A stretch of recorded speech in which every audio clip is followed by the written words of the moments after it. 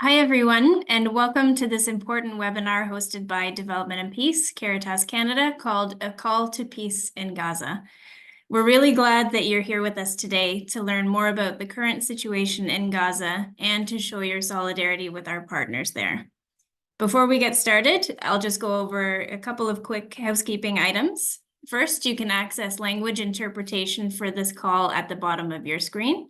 Click the language that you prefer to access the simultaneous translation. And second, you will be able to ask questions to our panelists via the Q&A function, also on the bottom of your screen.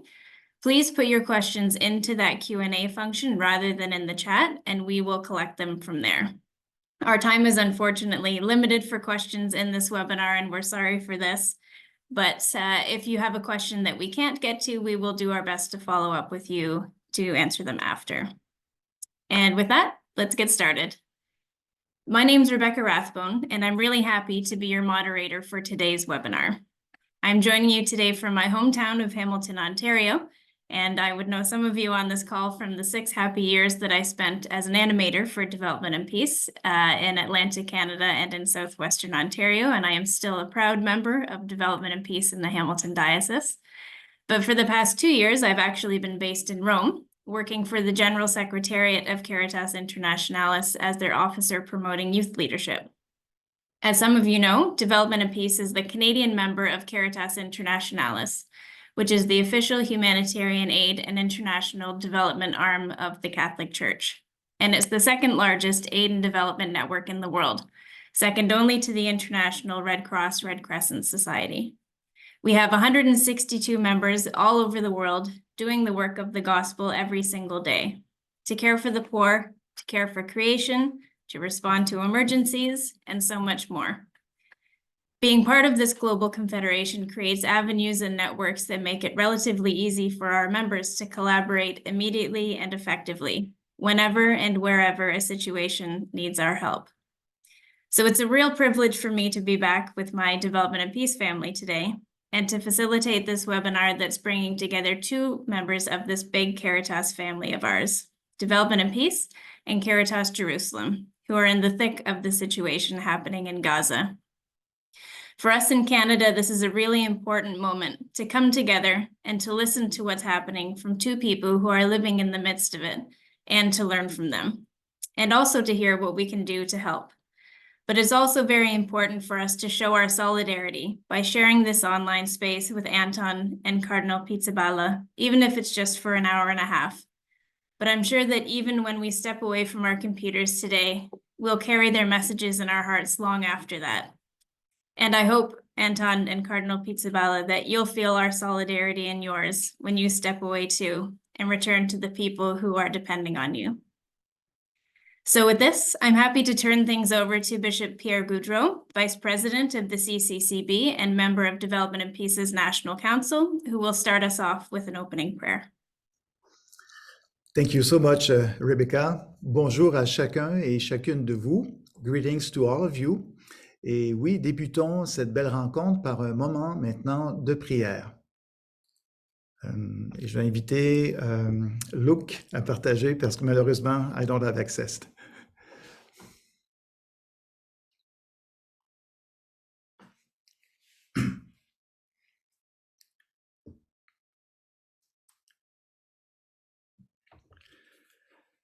So, prayer for peace in Gaza. Ouvrons nos cœurs maintenant pour écouter un extrait de la parole de Dieu, de la lettre de Saint Paul apôtre aux Romains. En effet, le royaume de Dieu ne consiste pas en des questions de nourriture ou de boisson. Il est justice, paix et joie dans l'Esprit Saint. Celui qui sert le Christ de cette manière-là plaît à Dieu et il est approuvé par les hommes. Recherchons donc ce qui contribue à la paix et ce qui construit les relations mutuelles. Parole du Seigneur. Nous rendons grâce à Dieu. Et prenons maintenant un court moment de silence Let us take a moment of silence to welcome the message of the Word of God.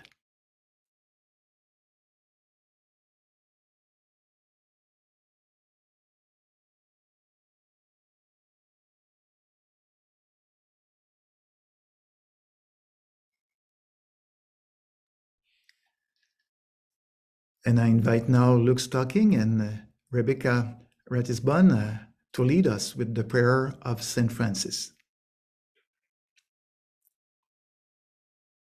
Make me, Lord, an instrument of your peace.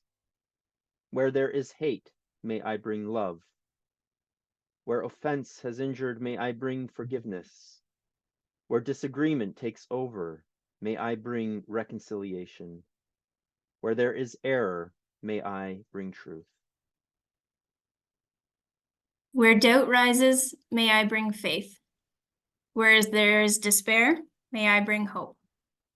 Where shadows prevail, may I bring the light. Where sadness oppresses, may I bring happiness. O Lord, grant that I may not so much seek to be consoled as to console, to be understood as to understand, to be loved as to love. For it is in giving that we receive, it is in pardoning that we are pardoned, and it is in dying that we are born to eternal life. Amen.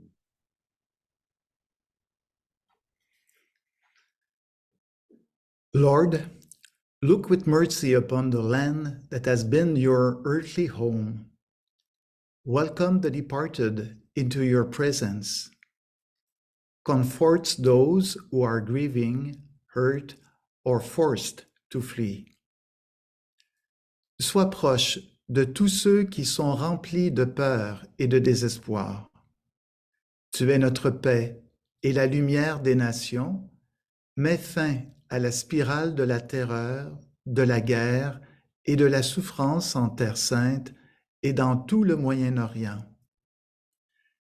Que la paix et la justice fleurissent à Gaza. Amen.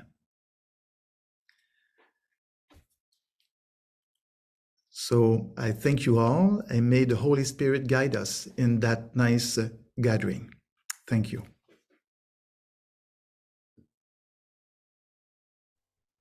Thank you, Bishop Goudreau, for that beautiful opening prayer. And now it's my pleasure to introduce Carl Hetu, the Executive Director of Development and Peace, Caritas Canada, who will give us some opening remarks. Thank you very much, Rebecca, and thank you very much, Monseigneur Goudreau, for this important prayer. I think we need to always remember that as Catholic, as Christian, as people of faith, that God is with us at all times, even though sometimes we tend to forget that He's with us, especially in hardship. We're here today, there's no mystery, on October 7th. I recall seeing the news when the Hamas decided to do its action, killing over 1,200 and plus Israeli citizens, Jewish citizens, and how angry I was, how appalled I was, how sad I was. It didn't take long to denounce that, of course, and to also keep our prayers with the victims. Many of them were Canadian citizens as well. And at the same time, I was sad because I think people that have been around and been to the Holy Land, as I've been, knew that Israel retaliation was going to be swift and violent. But let's be honest, I don't think anybody realized how violent it would have been and how extreme it would have been. And it's still going on. And it needs to be denounced, and we have denounced it as an organization. But I think in all of that, we need to keep in mind what Pope Francis said from the beginning, the get-go. There's only one side to this, and it's the side of building peace. And I think it's difficult to do peace when people are fighting with one another, when people are accusing one another, when people do their propaganda and accuse the people that are not thinking and falling into their propaganda. And we need to resist as Catholic, as Christians, that it's God that leads us. It's God that takes us where we need to go. It takes courage. And that's why I want to commend Cardinal Pizzaballa when he issued this pastoral letter on October 25th, a very important and courageous letter that inspired us here in Canada, us as an organization, and Catholic worldwide about how to see this madness that's taking place right now in the Holy Land and the way to go for it. So that's why Development and Peace, as from the get-go, has started to write press releases denouncing what's been happening on all sides. At the same time, asking for a ceasefire. Now we're calling for a permanent ceasefire. A ceasefire that will stop this madness, this violence that's taking place. We also collaborated with other NGO, non-governmental organizations. We had a press conference on Parliament Hill here in Ottawa. We signed a joint statement for this ceasefire.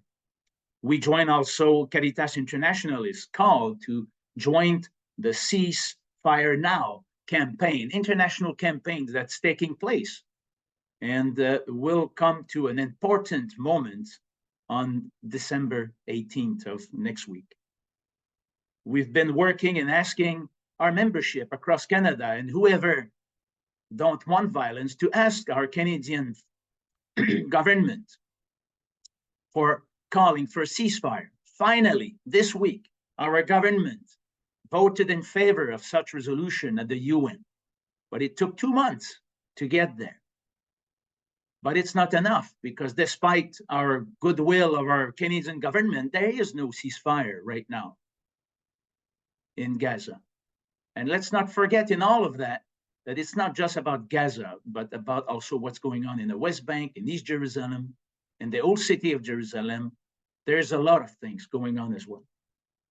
So all that to say that Development and Peace has joined and continued to be a voice of peace, but also a voice where we've asked people to donate, to help through our partner, Caritas Jerusalem, to bring the most essential humanitarian aid to help people that are prisoners in Gaza, that are starving in Gaza, people that needs our compassion in Gaza. And so far, we've raised over $400,000, plus committed $150,000, a drop really into what the needs are. But we are committed to support, to be in prayer, and also in action with the Latin Patriarchate of Jerusalem, with Caritas, to be of assistance and to accompany and to be with the journey of peace that needs to take place in this part of the world. So thank you very much for all of you to be here with us. Thank you to spread these messages as of peace as we're gathering today. Thank you. Thanks very much, Carl, for your important words.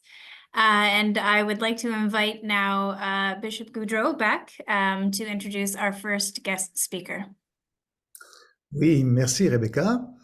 Alors de nouveau, bonjour à chacun et chacune de vous. Again, greetings to all of you. Au nom de Monseigneur William McGrattan, évêque du diocèse de Calgary et président de la Conférence des évêques catholiques du Canada, il me fait plaisir d'accueillir et aussi de présenter son Éminence, le cardinal Pierbattista Pizzaballa, patriarche latin de Jérusalem, qui a accepté si généreusement de participer à notre rencontre aujourd'hui. Cardinal Pierbattista Pizzaballa was born in Cologno al Serio, Bergamo, Italy. He speaks Italian, Modern Hebrew, and English. In 1999, he formally entered the service of the custody of the Holy Land. He held the role of Vicar General of the Latin Patriarch of Jerusalem for the pastoral care of Catholics of Hebrew expression in Israel. Since 2008, He has served as consultor in the Commission for the Relations with the Jews of the Pontifical Council for Promoting Christian Unity. Cardinal Pizzaballa was appointed Custos of the Holy Land for the first time in 2004. In 2020, Pope Francis appointed Archbishop Pizzaballa as the new Latin Patriarch of Jerusalem. And most recently, he was proclaimed Cardinal by Pope Francis in the Consistory of September 2023. Depuis le début du conflit armé en Israël, entre Israël et le Hamas, le cardinal Pizzaballa a été bien sûr très préoccupé par la situation. Le cardinal Pizzaballa a même offert sa vie en échange de la libération d'enfants pris en otage par des membres du Hamas. Au moment où le conflit armé perdure en Terre Sainte, il demeure très engagé pour le rétablissement de la paix, tout particulièrement à Gaza. Your Eminence, welcome in this gathering today as a call to peace in Gaza, and welcome in the family of Development and Peace Caritas Canada. Thank you to all of you. Thank you, Your Excellency. First of all, thank you for what you said. Today for us, before I start, was a very difficult day. We passed all the day, also the previous night, on the phone and tried to understand what happened to our small community in Gaza. As you know, the vast majority of the Christians are gathered in the Catholic and Orthodox compound, 700 approximately in our compound, the Holy Family, about 200 in the Orthodox, close one to another. And tonight, now our compound is in the northern side, in the Gaza city, and we are apparently now, just in these days, these hours, the center of a very tough fights between the IDF, the Israeli army, and Hamas. And tonight, the house of the Mother Teresa sisters, part of our compound, has been targeted by a tank and has been partially destroyed, but anyway is not more habitable. And the generator has been destroyed. Generator is for us essential because it is the only source of electricity we had. And we had also disabled that who need electricity because of what they need special machine for their survival. And this morning and today also around noon, the Israeli snipers targeted also people inside the church compound, and 2 persons are being killed, maybe more, but we don't have, we have just partial information has been killed today. One old woman and her daughter that came out to help her mother. They're just inside the compound, and now people are all closed inside the school and the church, far from the windows, afraid of everything. And so the situation is very complicated. Also, the water tank has been destroyed, so also water now is missing. And we cannot provide anything for them now because they are in a military operation all around. So it was very complicated day for us all the day. But now go back to the presentation for you to understand every day, every hour there are news and change, and it's very difficult to have a clear picture of the situation, even though anyway the general picture is clear, as also has been presented. I don't think it's necessary for me to present the chronicle of what is going on. I think the news you can receive, you have the news through the media, so it's not necessary to enter in all the details, what happens from 7th of October to nowadays. I will present shortly, and then of course Anton of Caritas Jerusalem can be more because this is also part of his job. I present the situation in Gaza as we see. situation in West Bank also, and then a general picture from my point of view as pastor, as a church leader here, about the situation as we see from the religious point of view and also political and social point of view. First of all, in Gaza, as you know, Gaza, the situation is catastrophic. Since the beginning of operation, the life that was already difficult before the war became something impossible. Practically all, there are about 2 million people in Gaza, practically all of them are displaced. No one is living except few families, maybe in the south. None of them is living where they're living before the war. And the vast majority of these 2 millions are the southern part of the strip. Most of them are living outside in the streets, and where there is nothing, maybe under some tent, but not organized tent, without anything. So in very, very fragile, poor conditions. The majority of the hospital has been destroyed, and it's impossible now to provide also for those who are wounded by the bombs, to provide the necessary. Also, it's very difficult to provide humanitarian support. Water, food are missing, and people are really starving. I give you just an example. We found in the black market, we have to say, but sometimes there are no other ways, some food and some medicines for our people in the church compound, as I said. But the driver has been killed by a sniper, the driver of the truck.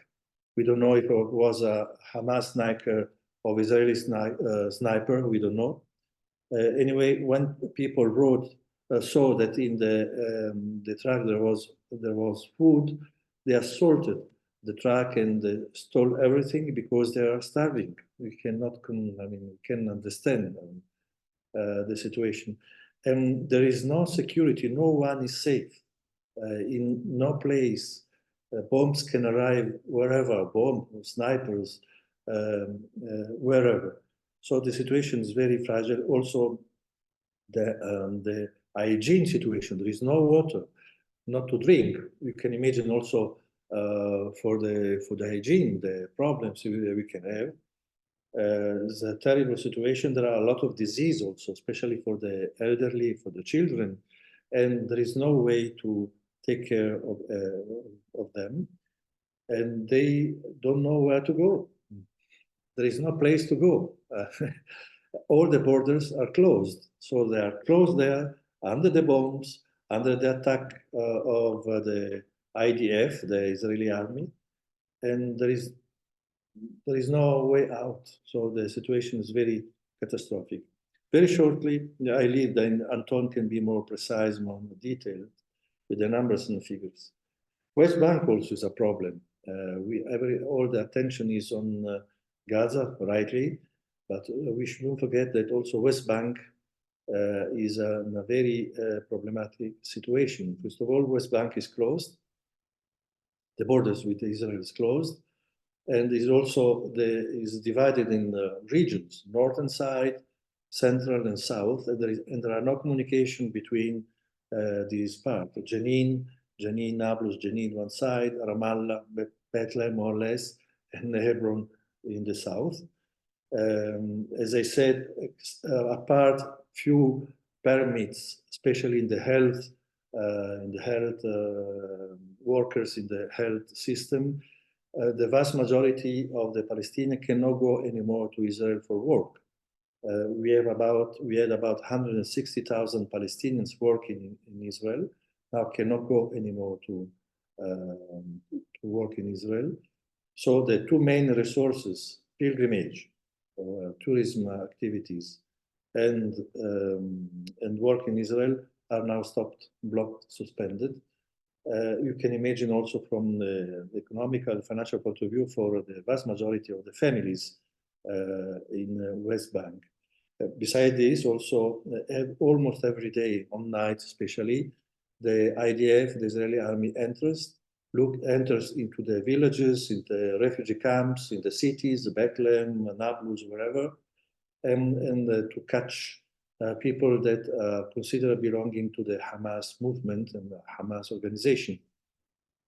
And we had, while in Gaza, we had about 20,000 people killed by the bombs, about 20,000, among them a lot, thousands of children and elderly and so on.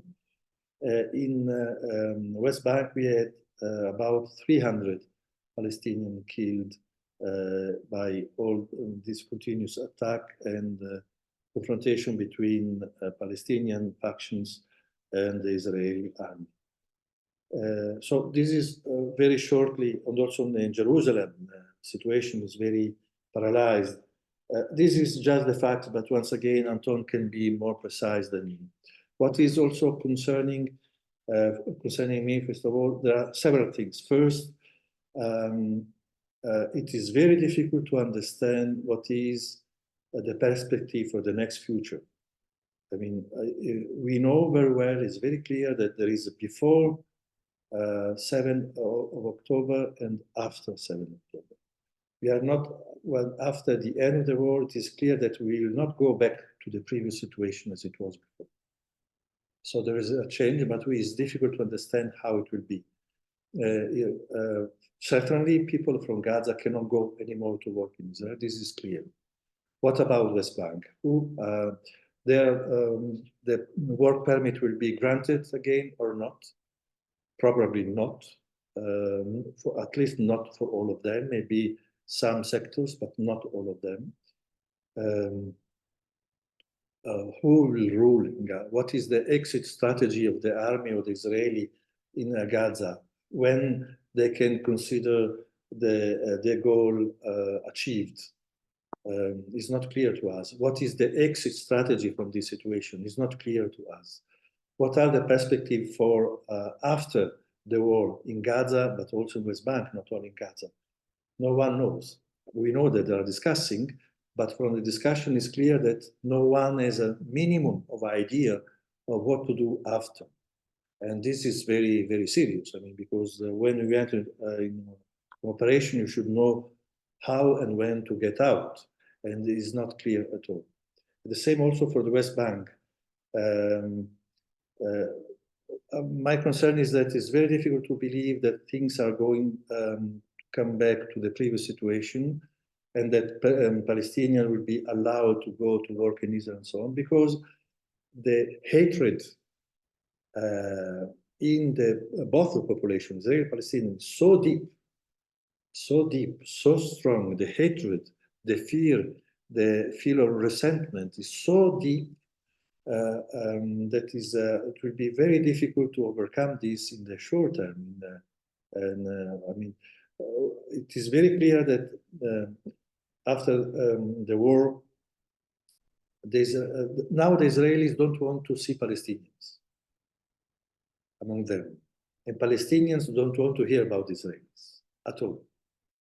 You see this also in the places where Palestinians and Israelis work together, for instance, in the hospitals. In the Israeli hospitals, we have Palestinians working there as nurses, doctors, and so on. The Israelis don't want to be cared by Palestinians, and vice versa. And these are just small examples, but it can be much bigger and deeper. And the Israelis feel that they cannot live anymore with Palestinians. They cannot trust the Palestinians after what happened in the 7th of October. And the Palestinians, after what is going on in Gaza, the resentment, the anger for what is happening is so deep that they don't want to see anything related to Israelis and Israeli Jews and so on. So this is quite concerning also for the after. So it's very, very difficult. Among churches, we meet also all the head of church, Christian churches, Orthodox, Catholic, Anglican, and so on. We are meeting next Monday. We are in contact among us. We feel a little bit powerless, to be sincere. Also, we are facing a lot of difficulties also with the Israeli authorities. That the Israeli authorities accusing the churches to be partial. That we are very strong in condemning Gaza, but we were not that clear about the 7th of October. I have to say this, and this is partially true, I have to say. So we have some difficulties. Also, we try now to open a dialogue with the Israeli authorities, also with the Jewish authority, but it's very difficult. Right now, it has been tried also to organize meetings between all the heads of religions, Christians, Jews, and Muslims, but it's not possible now. And now this is there is no readiness, openness to such a reality, not now, because everyone is so deep in his fear, in his anger, in his and there is so this in his pain and suffering that there's no space for the other. So in this moment is not possible to have such meeting. Maybe abroad, yes, but not here. This is just to say that the relations between the communities now are almost totally suspended. Apart some small groups here and there, but for the vast majority of the population, it's not possible to do differently. For the Christmas, we Christians, we decided to cancel all the public celebration of Christmas. Solidarity, because there is no atmosphere of joy. So we cannot have, public celebration of joy, music festival, song activities in the streets when people are suffering. So are suspended. We keep all what is related, all what is liturgical, prayer, and so on, of course. Also the activities for the children. We cannot steal Christmas to the children, from the children, but all the other activities are suspended. The tension is very high. The fear is very high. From the humanitarian point of view, we try to do as much as we can to support our people in Gaza, first of all. But now in Gaza, what we have to do is to manage the emergency. We cannot do more, also because we don't know what will remain after this war. While it's quite concerning anyway, the situation in West Bank, as I said, and our humanitarian support, especially for the family that remain without any support because of the lack of job opportunities and work. We try to support as much as we can. The communication, also the transportation, is very difficult. For example, now we are at Bethlehem, now the center of attention because of Christmas, but there is only one access to Bethlehem, and all the other checkpoints, the checkpoint that you know very well from Jerusalem to Bethlehem, I suppose you passed there several times, for those who have been in Holy Land, is closed. So there is only one checkpoint and just a few hours per day. So also to go and to come from Bethlehem, even if you have a permit, is becoming very, very problematic. 3 kilometers of road requires sometimes 2, 3, 4 hours because of the traffic and the long queue and so on. You can imagine how complicated. Still, we don't know if the 24th, 25th of December, we don't have any confirmation. 24th, 25th of December, the main checkpoint from Jerusalem to Bethlehem will be open or not. For the Patriarch, the official entry will be open. For the people, for our community, we still do not know. And this is where we are right now. It's very, very complicated situation. It's very difficult also to talk. Whatever you say, we are under fire, or from one side, from the other side.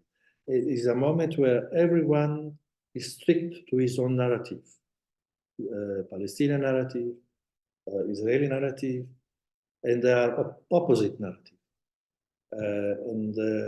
And these everyone takes refuge in his own narrative, in his own community, and the other doesn't.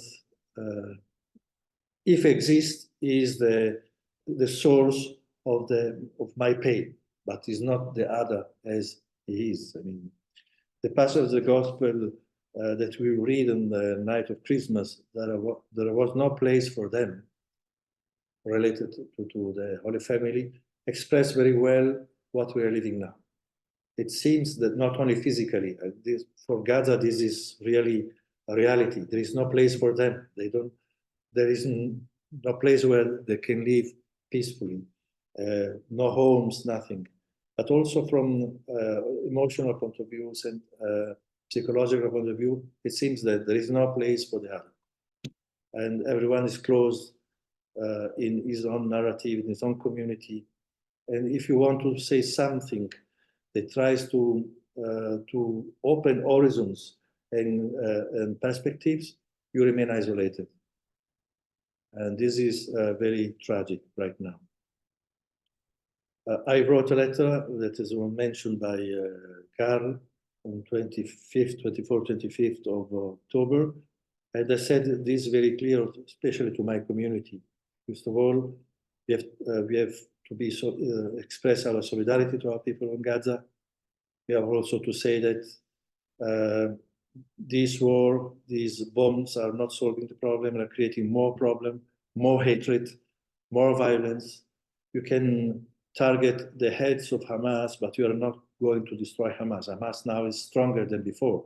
If you want to have election West Bank now, Hamas will be the winner, definitely. This is a fact.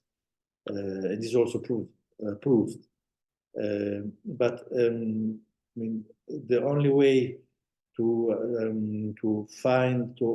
have solutions for in the long term is to give to Palestinians a house where they are at home, in their own house, their home, so to end the Israeli occupation of the West Bank and to give the Palestinians national perspective.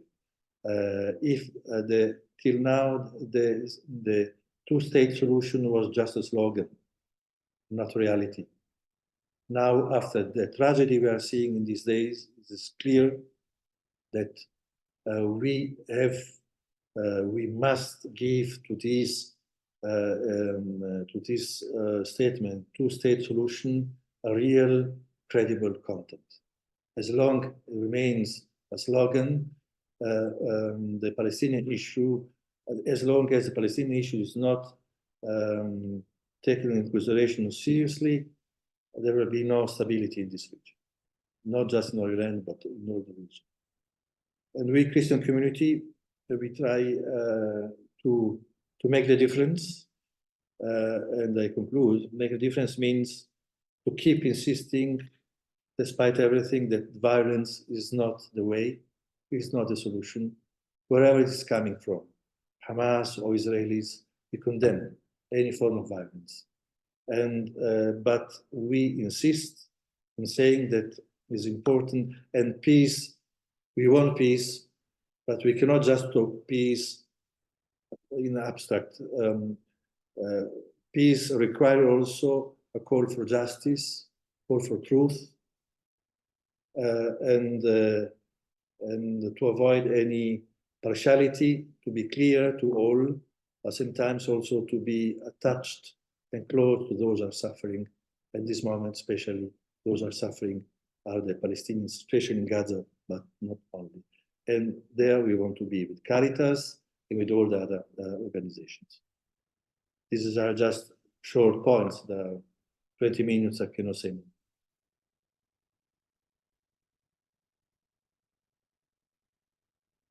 Well, thank you very much, Cardinal Pizzaballa, for sharing your testimony with us. It's very important and very moving, and I imagine very difficult to talk about. So we appreciate you taking the time and sharing your personal testimony with us. We do have a couple of questions in the Q&A part, but actually I'd like to start. One was a comment more than a question, but we wanted to share it with you. This is from Marie, who says, "Thank you, Your Eminence, for the tremendous leadership you've shown. When I read that you were willing to offer yourself in exchange for some of the kidnapping victims, I was deeply moved. Your courage gave me hope, and you are in my prayers." And I think we all agree with Marie. You are certainly in all of our prayers as you support the people who you're supporting through this very difficult time. I will do two questions. Actually, we don't have time to get to every single one. But I'll start with maybe two, and then if we have time for any more after that, we'll go into them. But I'll start with just two.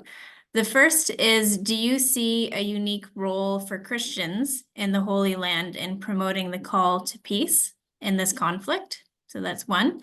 And the second comes from Michael, who is asking if you can comment on the concept of nonviolence. I know you touched on it briefly, but the way he puts it is, not an eye for an eye, but getting to a place of understanding and peace on both sides.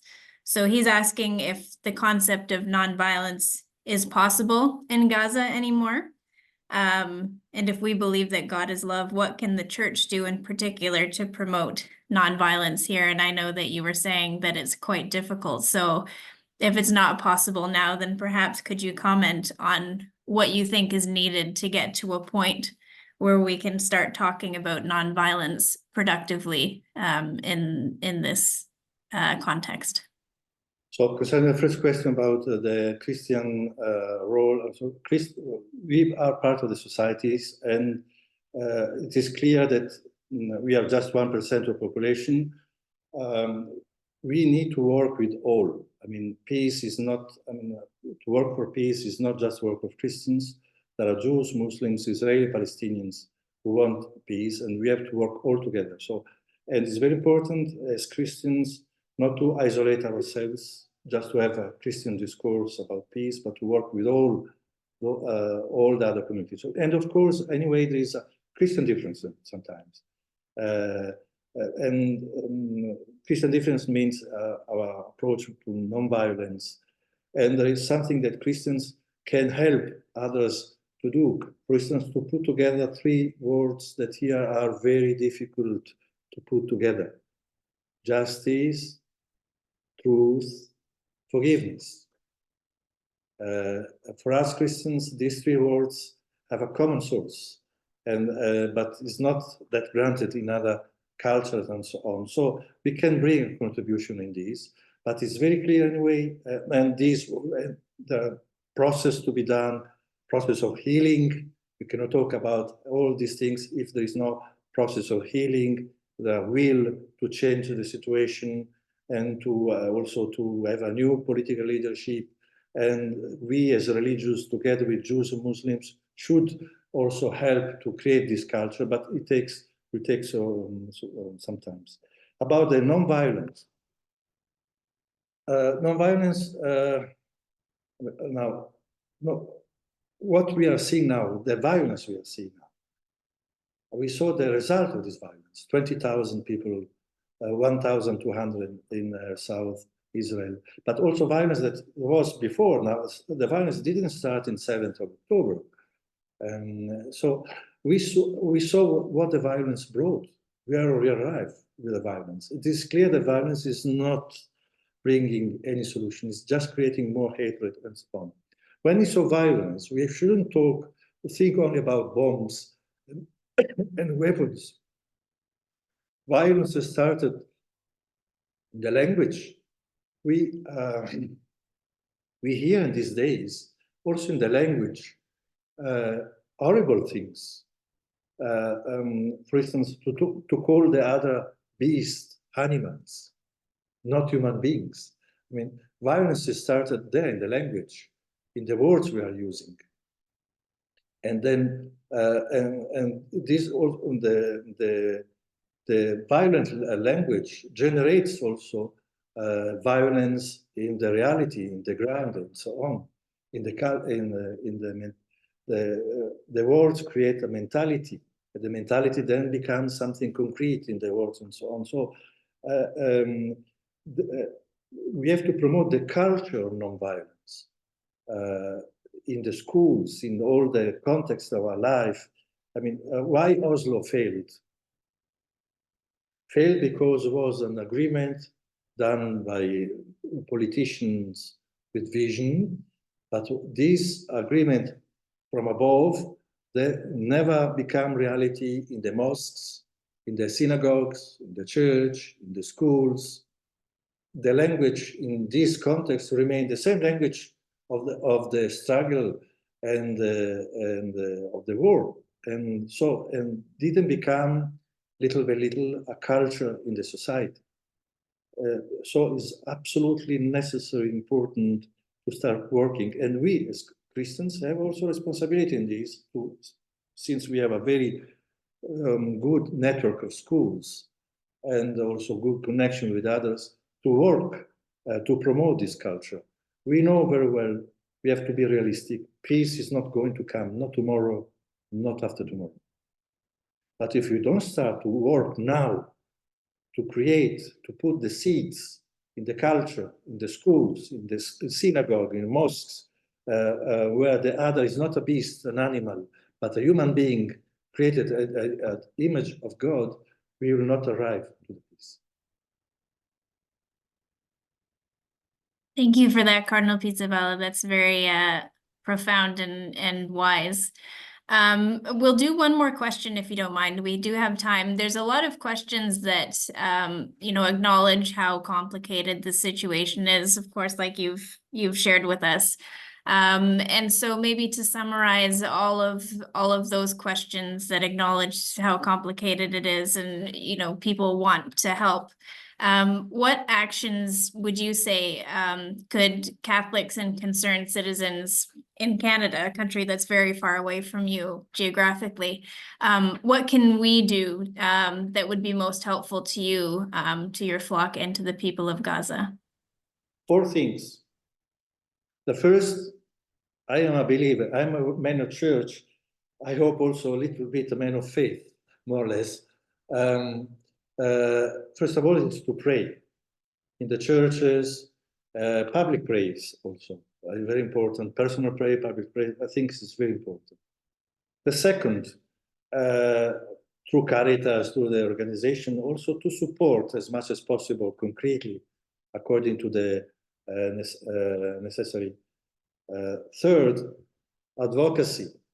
We have governments, we have public institutions, we have the economy there.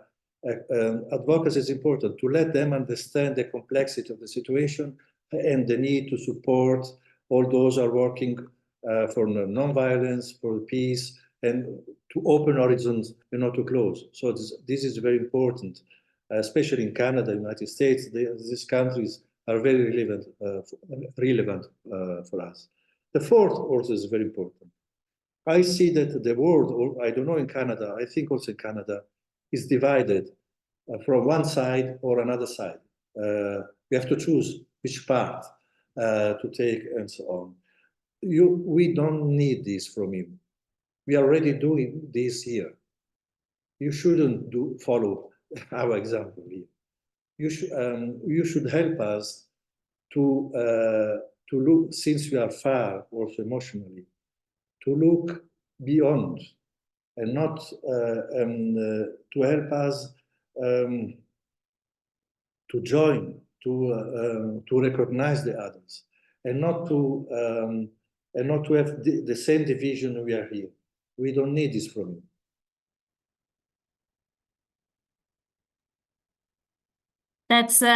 That's very profound, I have to say, and very clear, those 4 calls to action. So thank you for that, especially that last one. I've not heard it described like that before. So thank you for sharing that important piece to help bring everyone together. And thank you again on my side for your contributions, for sharing your testimony that was so important and generous.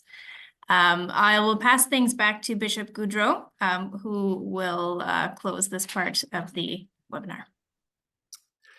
Your Eminence, on behalf of all the participants of this meeting, I thank you very much for your generous participation in this webinar. We have felt your heart of a pastor, and you have made us also more aware of the very difficult situation in Gaza and elsewhere in Holy Land, the distress of families and the challenge to call for peace. Here in Canada, we cannot remain just as observers, as you mentioned.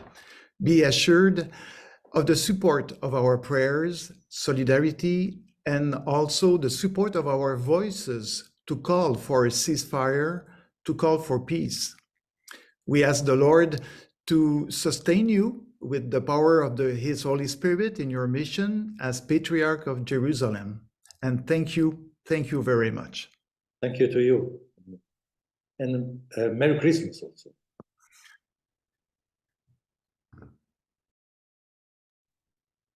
Well, thank you very much again to you, Cardinal Pizzaballa, for joining us today, and Bishop Goudreau for your introductions and closing. And now I'm happy to introduce Nagui Demien, who is one of Development and Peace's International Programs Officers, who will introduce our second panelist.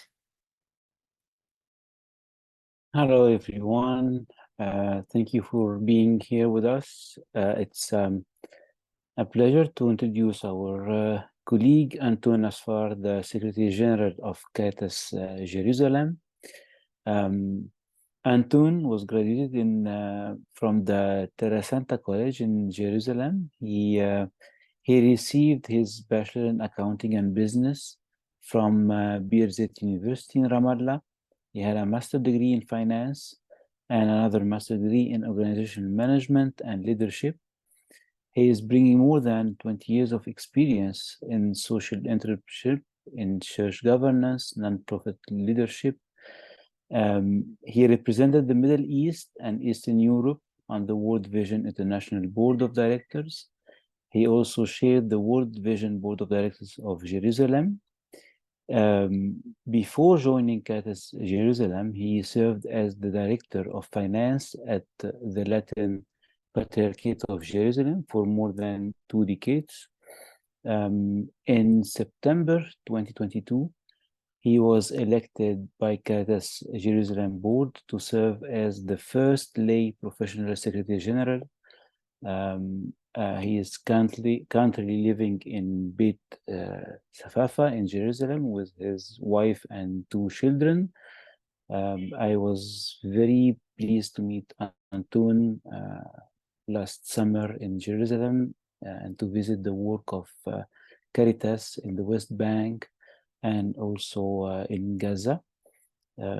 Nice to have you, Anton, and thank you for being with us. Good noon, everybody. Thank you, Nagui. Thank you, Carl. Thank you, everybody at Development and Peace for providing this platform and inviting me. I'm blessed, really, and humbled to be here today. Thank you also for offering the St. Francis prayer at the very beginning. It's a very powerful prayer, especially in these terrible times. I will talk that violence in the Holy Land, whether it's at the Israeli side or the Palestinian side, is not new over here. I was born in Jerusalem. I'm a Jerusalemite. I'm coming from the Syriac Catholic community in Jerusalem. In 1987, bursted the first Intifada. Actually, I was almost 11 years at that time. And you remember the word, the children of the Intifada, the children of the stone. Children were called like this at that time. So I witnessed that period also.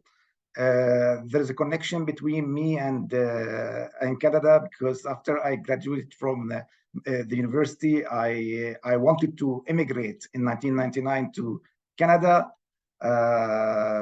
But fortunately, maybe I'm blessed that I heard a calling that I should stay over here, and I was called to serve in the church mission, and that's why I've been enrolled with the Latin Patriarchate of Jerusalem. Cardinal Pizzaballa is the third patriarch that I've served in the Latin Patriarchate, actually. In the year 2000, you know, the second Intifada also has been sparked, which was called Al-Aqsa Intifada, because the late Ariel Sharon entered Al-Aqsa Mosque, and I witnessed at that time the church mission in the Holy Land during that Intifada. And you remember during the 2002 siege over Bethlehem, His Beatitude Abdul Ahad of the Syriac Catholic Patriarchate came from Lebanon. While I was serving at the Latin Patriarchate, he gave me a call and he told me, I need you for something to do, volunteering. He asked me to drive his van to come to the Caritas to bring in these food packages and fill that van with these food packages and bring it together. And he drove by himself, that patriarch, the car to Bethlehem, and we were like tear gases shot on us while entering from Beit Jala to Bethlehem. So again, violence is not new for us. During the same year, during the World Youth Day 2002, with His Holiness St. John Paul II, I joined also the World Youth Day as one of the youth from the Holy Land. So I have that special connection with Canada. In 2006, I left the Patriarchate to continue my studies in Belgium, and I had another opportunity to stay and study in Belgium. I'm just providing a witness of a Catholic living in the Holy Land over here. Again, I hear that calling, you know, to come back to Jerusalem because of my love to Jerusalem and the stone of Jerusalem and the place of our Lord Jesus, where he was born over here, and serve again in the church. Now, I find myself as a person who likes to serve in the Holy Land, though of the situation and the lot of suffering in the Holy Land. And always give an example of a lab canister or a lab testing jar. The Holy Land is like a lab testing jar that has many molecules inside, and from time to time there is another substances entering inside that lab testing jar, and there is explosions inside this jar. Some molecules jumps out and some molecules evaporate and then comes and relax again this substance. So these molecules are the mosaic of the Holy Land, whether they are Jews, Muslims, Christians, or even foreigners coming to the Holy Land and pilgrimages coming to the Holy Land. And this turbulence is all year round. 75 years, I think, that we have been living this in the Holy Land. This is the case of the Holy Land, actually. And these molecules jumping out is the people who immigrate, people who are vanishing, people who are dying, actually, and people who are staying in that place. So they decide to stay, although of the situation. So I do encourage youth, you know, to think about that, and we don't oblige people to stay, although that Christians in the Holy Land are very few, as mentioned by His Eminence. In Jerusalem, we are less than 10,000 Christians. In the Holy Land, we are less than 200,000 Christians. Altogether, Catholics, Orthodox, and different denominations. Now, for Caritas Jerusalem, it has been established in 1967, providing it is for sure the social arm of the Catholic Church. We provide social, community development, health, and emergency interventions in the Holy Land all over the West Bank, from the north to the south to Jerusalem, Gaza. We have a mandate also to operate in Israel and the Israeli side.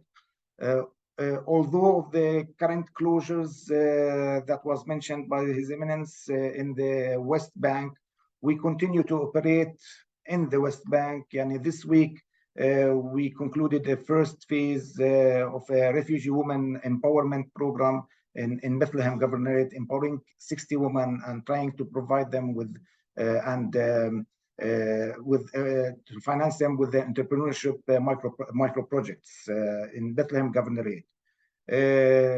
Also in Jenin area, we operate. We have an office in the north, in Zababde village, and over there the situation has been also terrible since last July. Even there was a situation since last July. We have a program intervening in 10 villages, trying to have community development program over there. And we find hard time, to move between these areas. We intervened also in the refugee camp, Jenin refugee camp, with the psychosocial support program over there. Now for Gaza, Caritas Jerusalem, before the war over Gaza, has 100 staff in Gaza. We work all over Gaza. Nagy was with us last summer, and so our work in Gaza. We provide primary health care in Gaza, even in the slums of Gaza. I go on monitoring visits regularly, though of the permits bureaucracy to Gaza.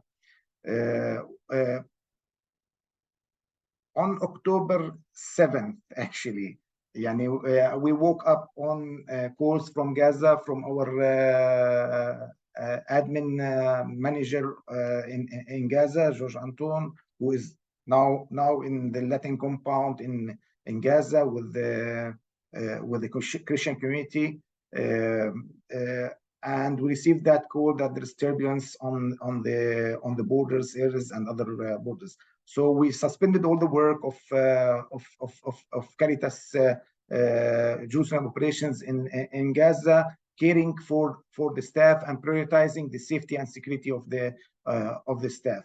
And we have launched a support system for our staff from our West Bank and Jerusalem staff, mapping, the staff to each other and trying to call on them and support them regularly.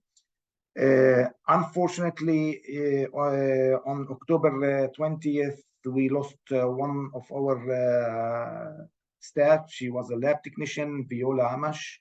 She was staying at the Greek Orthodox compound shelter, and there was an airstrike adjacent to that building, and we have lost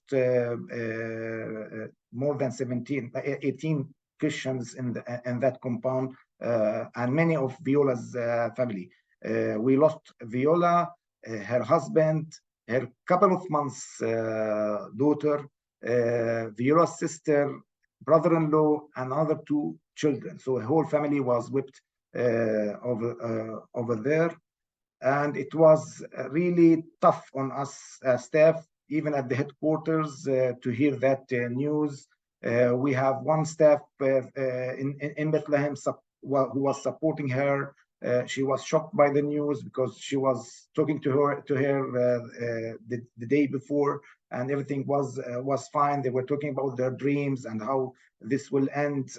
Unfortunately, we lost her. We got a lot of support and prayers and the masses held all over the world for the rest of the soul of Viola, and we are very thankful also to everybody, even in Canada, Development and Peace. We lost also on the 22nd of November our second staff, Isam Abed Rabbo. He's a doctor pharmacist with his family. Fortunately, only his 3-year-old daughter has survived the airstrike on that building. So many innocent people also were lost. As you can imagine, there is a lot of orphanage children who are left during this war, unfortunately. So many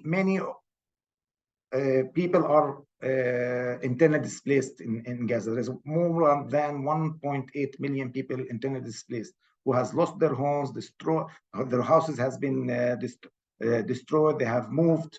We have less than 20 people who are in Gaza City, part of them at the Latin compound and the Orthodox compound, and others are around.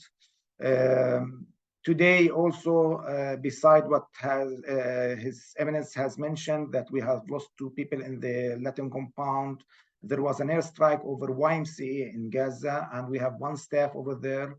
I've spent most of the afternoon trying to call and trying to reach out, but there is no communication. We are worried and concerned about her life and her family's life. She was staying at the YMCA, and we actually intervened with her with some food and hygiene kit support at the YMCA, which included 250 people over there. Now, this is the situation in Gaza. We succeeded to erect 2 clinics in the 2 shelters of the Latin and the Orthodox compound. We intervened in a minor intervention during the truce. Also, we succeeded to assemble 3 teams in the very south of Gaza, Deir el-Balah, Khan Yunis, and Rafah. We have very courageous staff and employees, doctors, nurses, pharmacists in the south, who are all internally displaced. Imagine that also one of our doctors, she was living in a tent and she came to serve on that mobile medical team during the truce. I mean, we couldn't, like last week, we tried to assemble one team in Rafah, but we couldn't because of the airstrikes, and we don't want to risk our staff over there. We did a rapid response in Gaza, providing medicine, medical support, hygiene kits, multi-purpose cash assistance to the community, but on a very low scale. Most of the aid agencies has scaled down recently from Gaza, so there is no aid agencies operating actually in Gaza. They have quit, and because the services has become irrelevant in Gaza because of the airstrikes after the stopping of the truce. Now, for the West Bank, as mentioned by His Eminence, there is closures all over the West Bank. Bethlehem Governorate depends a lot on tourism and pilgrimages. So there's many hotels over there, many workers who are laid off. So imagine the unemployment rate is very high. Beside the 160,000 laborers who were working at the Israeli side and gained permits from the Israeli side, who has been laid off, there is also workers in the cities, in the Palestinian cities, who depends on tourism heavily. Souvenir shops, restaurants, even handicraft workshops in Bethlehem Governorate. So depends much on tourism, has lost their income. The olive picking season has been also lost because of that the farmers are afraid and terrified to go to their lands and pick their crops because of the settler violence in that areas, mostly in what is called Area C. now, what is the severity of the crisis? Severity of the crisis is huge because there is high unemployment rate, no pilgrimage, and a total collapse of the tourism sector. Even when we met with the Minister of Health in Ramallah with Ulster, the Secretary General of Caritas Internationalis, she mentioned to us, Dr. May Kele, she mentioned to us that even civil servants are not paid because of the withheld taxes at the Israeli side. So imagine civil servants are not paid, high unemployment rate in the West Bank, and also many Palestinians who are living in Jerusalem, East Jerusalem, has been laid off for a reason or another. So there is a high employment rate in also in Jerusalem.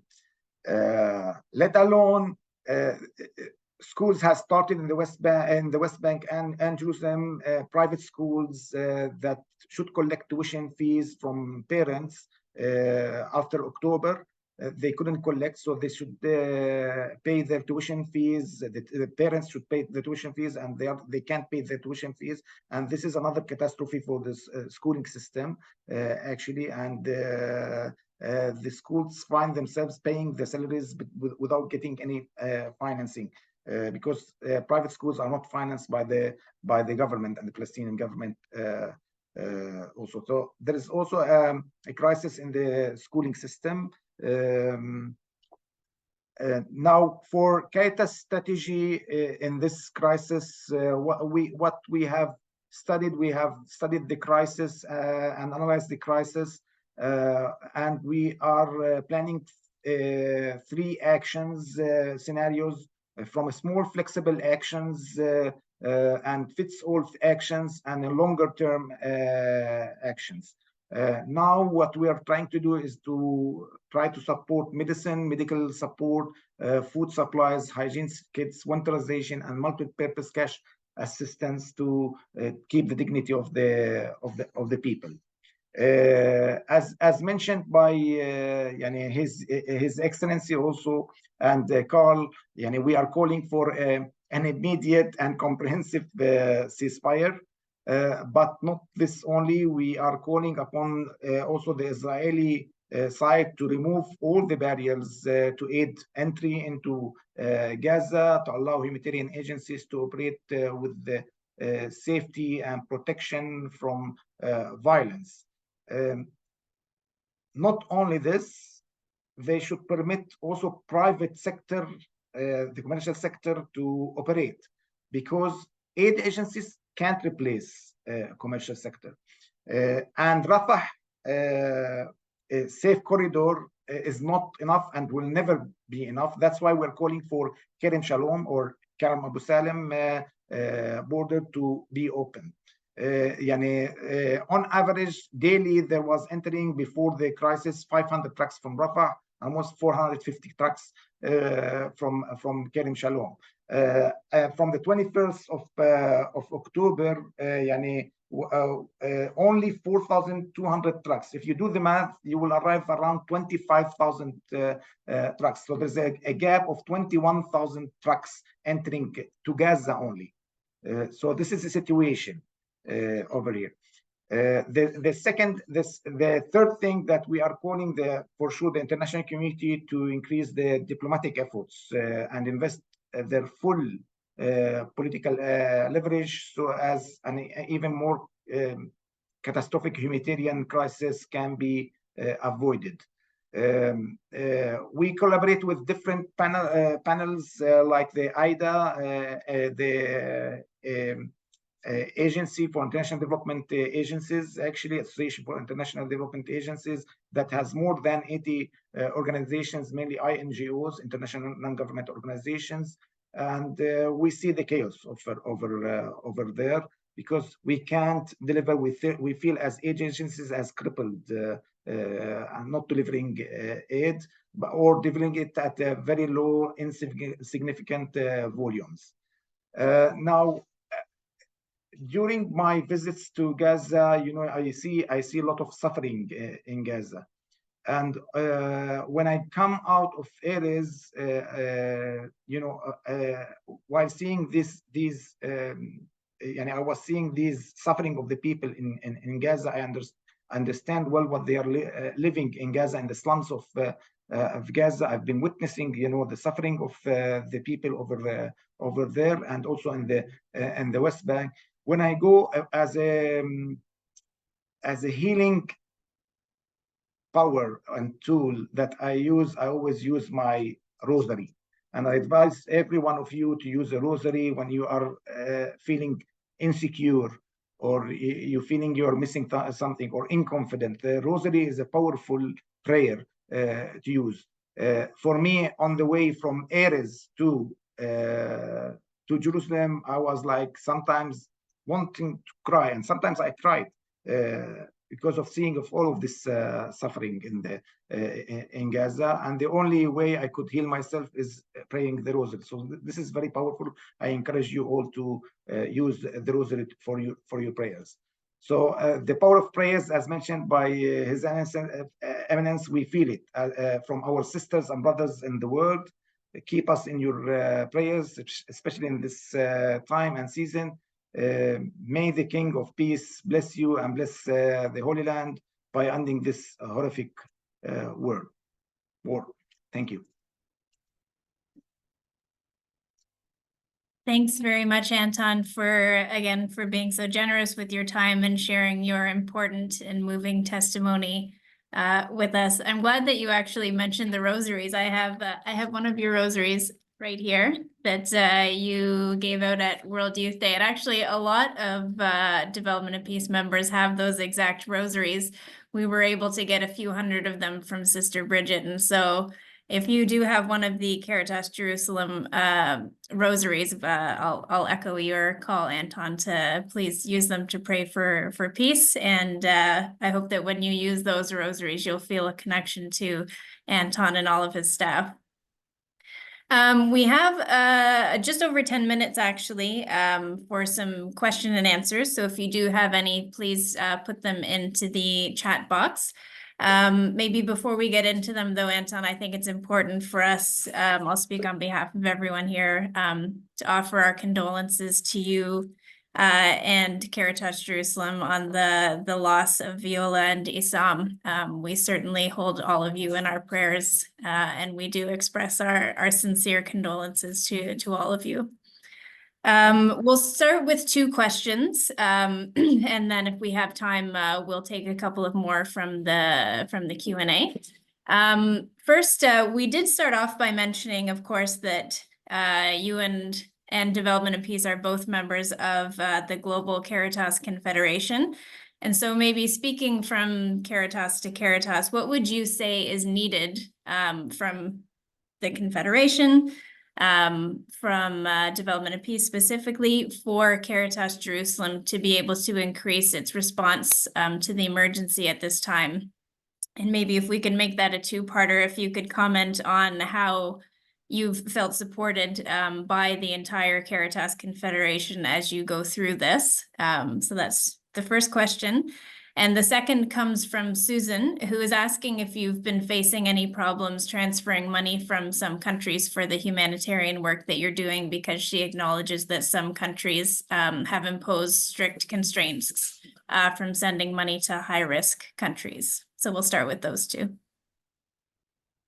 Thank you. Now, we felt the huge support of peace and of development and peace to us during the rapid response, and it helped us a lot, even during the truce, to do many things and do minor purchases at the local market in Gaza, so we could support the community over there. And provide medicine, medical treatments also to some of them, though there's scarce supplies in Gaza. There's now nothing over there even. Now, in terms of needs, for sure we need to buy medicine, medical supplies. We need to support our teams in order to provide primary health care to the community, because we see a lot of diseases in Gaza. And for sure, there is a huge need for the community to food and to hygiene kits in Gaza, and also the West Bank, because also multi-purpose cash assistance will help this in this period, because the need is huge. Whether it's from food, from rent, from tuition fees, from paying bills, from because there's a lot of unemployment also in the West Bank, beside Gaza, who has nothing. People has left their homes without anything. They have only their clothes on, even their ID. They didn't grab their IDs. We have struggled bringing their IDs, and ID numbers in order to fill in all of our forms. So it's not easy. Many of the calls in Gaza that we receive, that people don't know what will happen next day of the war. Many of our people that we know and the community has their houses destroyed. So where do they live? So this is a longer term perspective, actually, and the children has been left also without parents. So there is a lot of orphanage children in Gaza. So we're thinking of that. We're thinking of that with His Eminence also. What is the role of the church in that? The immediate need actually is medical supplies and food supplies and multi-purpose cash assistance. This is what is we should concentrate on today. For the other thing, we really felt I've met Carl in the General Assembly of the Caritas Internationalis last May in Rome, and we were talking about the fraternal cooperation and we really felt the fraternal cooperation and the solidarity of our brothers and sisters from all over the world. Really, we receive many messages every day, messages of support and solidarity with us. So we are very thankful for every one of you. Now, for the question of facing transfers, yes, we face transfers issues. We are trying to resolve this. We resolved it. Our banks are trying to connect with other intermediary banks, and this is an issue. But we are resolving this, whether it's from our local banks or with Caritas Internationalis. Great, thanks, Anton. That's very interesting and informative. We do have time for some more questions, if you don't mind. Maybe we'll take two more for now. The first is from Donna, who asks whether defunding the military on either side is a relevant action on the part of the West, so preventing the flow of arms to either side of the conflict. Is this something that you think is needed, helpful, and/or realistic? And the second comes from Helen, who's asking about how it's logistically possible to provide food for people, given the fact that electricity and water and gas are basically exhausted in the area. And so how is it possible to feed a population without these other resources available to them?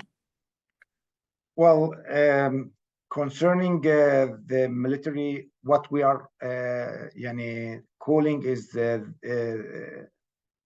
and advocating is the Ceasefire Now campaign. That's why we are trying to gain momentum. I'm happy that many Caritas offices have signed this Ceasefire campaign, that we are pushing towards this. There is also another call for coming Monday, as mentioned by you at the very beginning. I think Carl has mentioned that.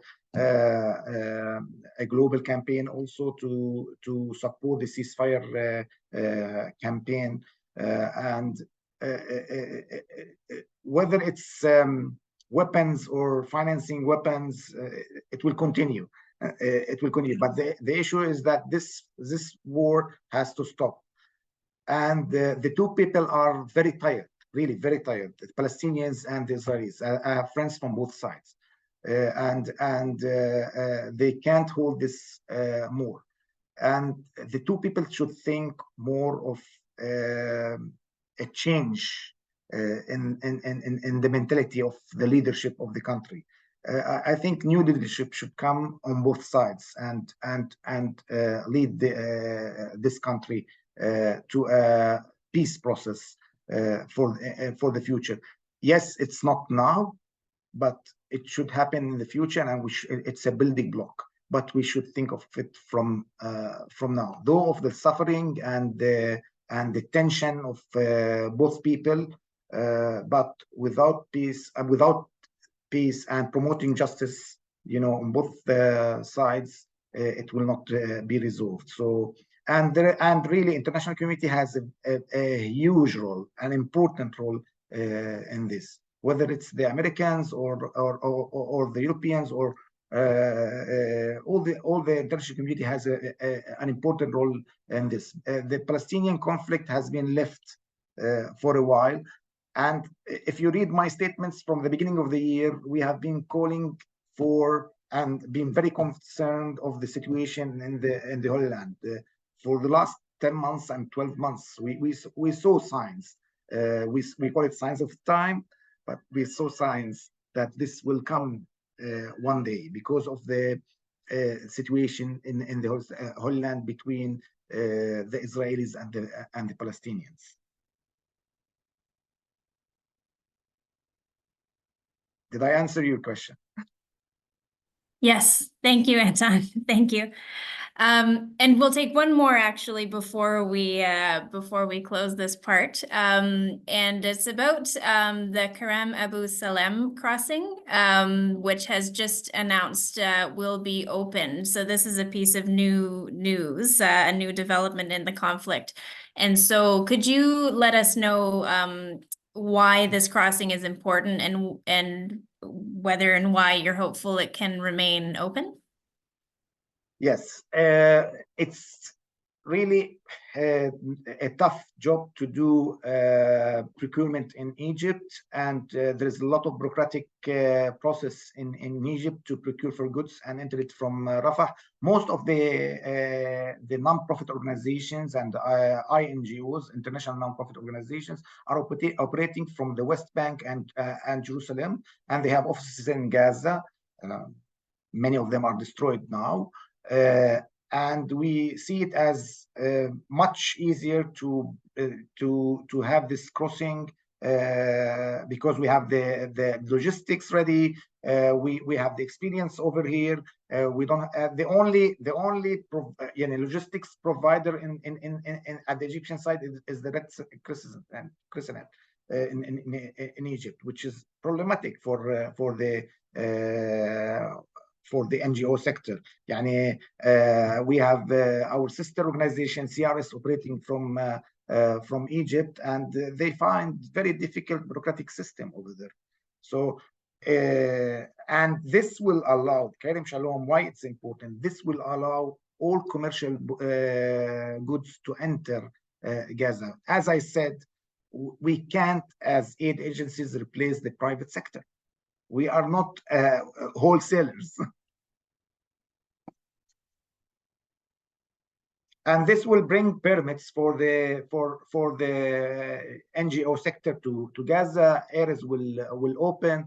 We will get again permits for our staff. I didn't mention that like 5 of my staff can't attend to the headquarters because they are from Bethlehem Governorate and they have Palestinian IDs, so we don't get permits, and all the permits are suspended for now by the Israeli military.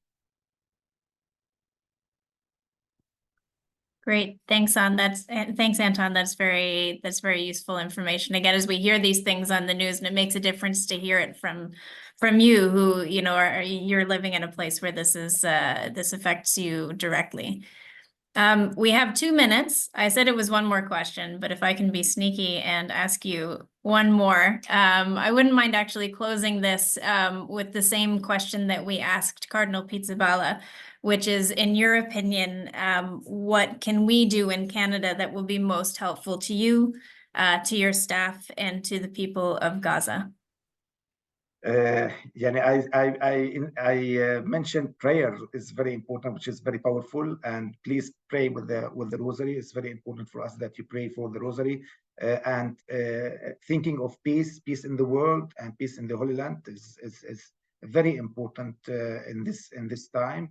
Advocating for an immediate and comprehensive ceasefire is very important for us. And please support us. Support us. Thanks, Anton. Well, you certainly do have our support and our solidarity. And we're all so grateful to you that you took time out of your very busy days anymore to be with us for this half an hour, or this hour and a half, rather. We very much appreciate it. And it's been wonderful to hear from you. And again, please accept our solidarity as you move forward. Thank you so much for providing this platform. God bless you and Merry Christmas to you. Thanks, Anton. Same to you. So I'll invite Carl now to come back and close the session and then tell us a bit more about the call to action that Development and Peace is calling for in this issue. Thank you very much, Rebecca. Thank you very much, Anton. And of course, Cardinal Pizzaballa was also thanked by Bishop Goudreau. Friends, here today, we've heard it from the ground. We've heard it from people that are experiencing firsthand what's going on over there. But let me put things in perspective for you as we're moving outside of this meeting in a few minutes, that what's happening right now in Gaza is a unique moment, a moment where we have not, and the world have not experienced before. We live in a time of conflict, of chaos. We've never seen so many migrants in the world. We've never seen so many refugees in the world due of climatic changes, due of war, stampede towards new resources to feed this new green energy. We are witnessing more conflicts and war that displace people. What's unique with this conflict, this war, is the people of Gaza have no place to go. They are stuck right there in that prison that is Gaza. If you look at the Syrian conflict, over 13 years of conflict, well, the Syrian went to Lebanon, and there are still some of them in Lebanon. They went to Jordan, some are still in Jordan. Iraqis also were able to get out of the country. Venezuelans are in Colombia. Rwanda are in Bangladesh. Sudanese are in Ethiopia. Ethiopian went to Sudanese and came back to Ethiopia when the war broke. Ukrainians went to Poland. And in the process, all got aid. The organizations were there to support them, to help them, to comfort them, to accompany them. This is not possible with Palestinians in Gaza. This is total madness. And let me tell you, and going a bit further, I think it shows something that we need to reflect upon seriously.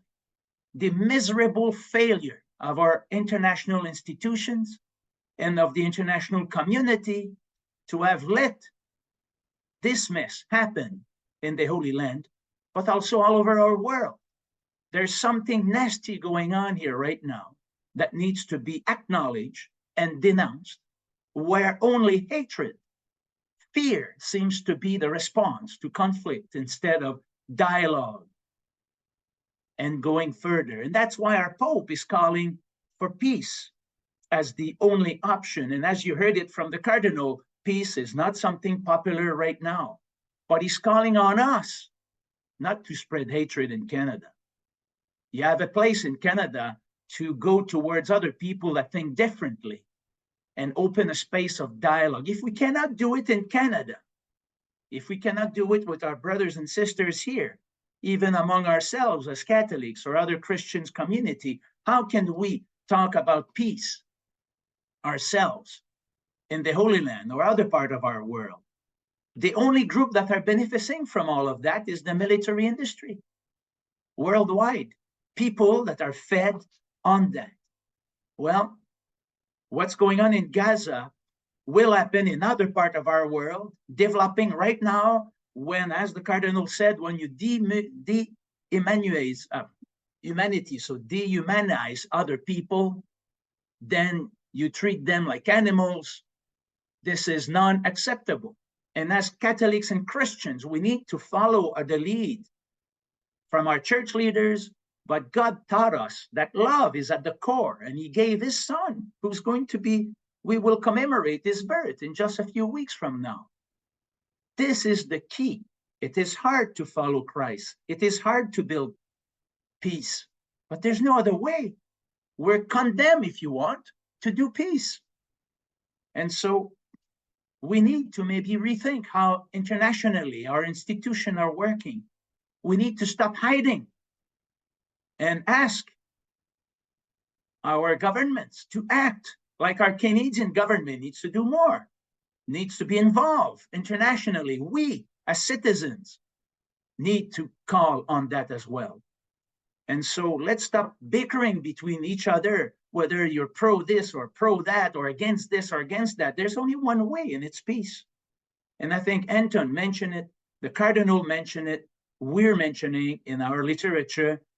Prayer is certainly the first most important part. If men and women cannot do peace on their own, it needs God's intervention to break the heart that have hardened over time, to let that peace come in. Then, of course, we need to advocate to stop the madness, not only in Gaza, worldwide. It's insane what's going on. Let's wake up. The signs are all there of what's going on. Let's not close our eyes here. So let's get educated about this. Let's join some forums. Like right now, there's a big campaign called Ceasefire Now that Development and Peace has joined with Caritas.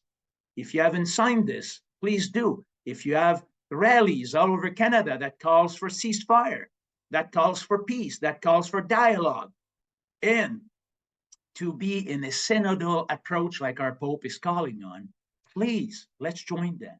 And Development and Peace will certainly support those initiatives. Absolutely. On Monday, there's going to be a major action, and you will be able to find it on our web as well in terms of that. And you've heard it from Anton and the Cardinal as well, to be generous to help not only the people of Gaza, but in the West Bank, in Jerusalem, that are out of work, that are suffering. But one thing is clear, this thing is far from over, and we will continue. Like I said it at the beginning, maybe Canada now has joined the ceasefire voices, but there is no ceasefire at this moment. So we have to be resolved to continue to call on a stop on all of that. So thank you very much, everyone, to be here. Thank you, Anton, very much for your experience in sharing with us your personal life and commitment to stay there. I know that you and many other Palestinian Christians that have decided to stay, and you had a choice to leave. And I know, as we spoke last May together, that you decided to commit your life, like your friends and your colleagues, women and men, towards peace. And be assured of our prayer, be assured of our support, and let's continue our own dialogue and exchange on that. And thank you, everybody. And please, let's remember that the birth of Christ is a unique moment to bring peace in this world. And that can only happen if each one of us act towards that. So thank you so much. Yeah. Thanks very much, Carl. And I'll invite Bishop Goudreau back to close our webinar in prayer. Merci beaucoup, Rebecca. Alors, je pense que nous pouvons tous et toutes nous sentir privilégiés d'avoir vécu ce temps de réflexion et de prière aujourd'hui pour un appel à la paix à Gaza, grâce au témoignage du Cardinal Pizzaballa et aussi celui de Anton. Merci beaucoup à tous les deux encore. Et au cours des prochains jours, en ce temps d'avant, voilà que nous poserons à l'occasion notre regard sur la crèche. Je pense que ça aura toute une autre signification pour nous, la crèche. On n'est pas sans penser au pays de Jésus qui a tant besoin de paix. Et cette année, vous le savez peut-être, c'est le 800e anniversaire de la crèche qui avait été créée, réalisée au fond par Saint François d'Assise à Greccio. Et c'est un temps de grâce cette année. Et je nous invite peut-être au cours des prochains jours et dans le temps de Noël, quand nous serons devant la crèche dans nos maisons ou à l'église, à prier, oui, pour la paix à Gaza, ailleurs en Terre Sainte et partout dans le monde, à prier aussi pour le Patriarcat de Jérusalem, à prier également aussi pour nos frères et sœurs qui travaillent à Caritas Jerusalem. Et c'est avec joie que pour clôturer cette rencontre, je vous donne cette bénédiction. Bénir veut dire souhaiter du bien. Recueillons-nous quelques secondes en nous mettant en présence du Seigneur. Seigneur, je te présente tous ceux et celles qui aujourd'hui ont participé à ce temps de réflexion pour la paix. Daigne répandre dans leur cœur ta bénédiction et soutiens-les par ton Esprit Saint afin qu'ils soient aussi des agentes de paix autour d'eux et par leur solidarité ailleurs dans le monde. Et daigne maintenant les bénir au nom du Père et du Fils et du Saint-Esprit. Amen. Bonne montée vers la fête de Noël.